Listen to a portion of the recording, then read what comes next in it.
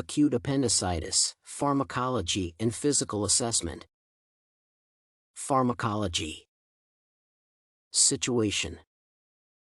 The patient's chief complaint is abdominal pain in the right lower quadrant that gets worse during the last 5 hours.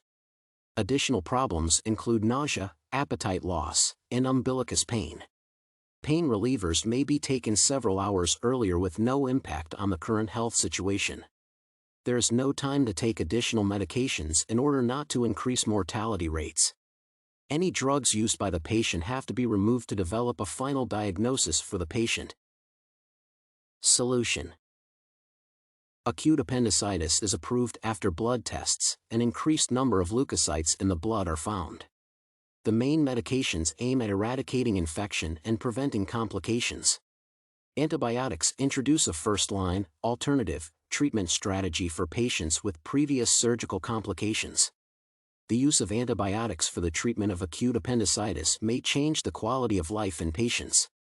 Therefore, appendectomy is a strongly recommended option with nonsteroidal anti-inflammatory drugs, NSAIDs, being taken after.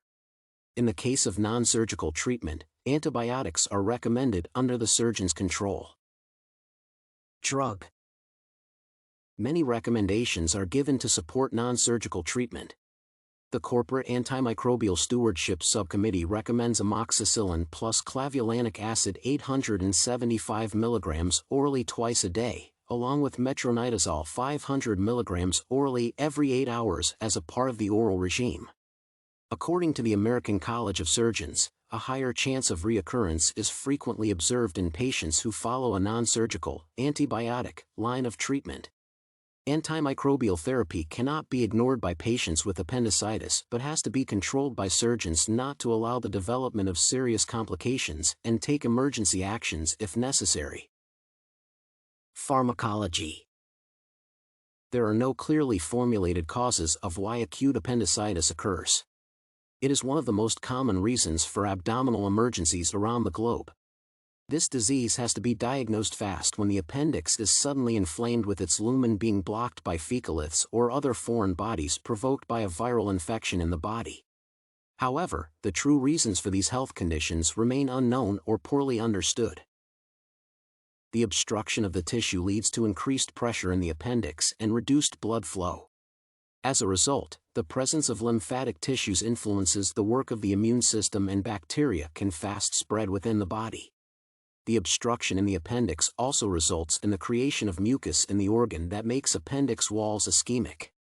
As soon as the appendix perforates, there are higher chances for bacteria and inflamed cells being released, and the surrounding structures like the peritoneum become damaged. Abdominal pain and the loss of appetite are the main signs of this type of inflammation that causes acute appendicitis. This inflammation can easily extend to different organs, including serosa. Arterial blood flow becomes compromised, and infractions with perforations may occur. These changes are observed in the growth of additional symptoms of acute appendicitis like nausea and vomiting. Finally, the increase in serotonin that is located in the epithelium can also play an important role in the development of appendix-associated complications and inflammation in the body. Serotonin releases exacerbate intraluminal secretion and induce nausea. Inflammation causes different immunologic reactions, and its recognition at the early stage is required.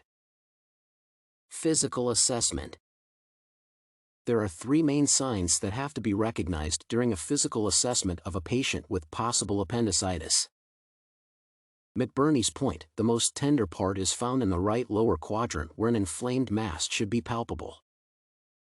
Rovsing's sign, when light palpations in the left lower quadrant elicit certain pain in the right lower quadrant. Dunphy's sign, when a cough, a jump, or feet tapping increases abdominal pain in patients without any additional signs or changes. In both male and female patients, it is expected to check the following conditions. Bowel sounds. They can be recognized in the abdomen. The doctor should listen to them carefully and decline the possibility of constipation, the absence of bowel sounds. Gentle palpations. This step helps to recognize the most painful area in the body. Patients must report any inconvenience they experience.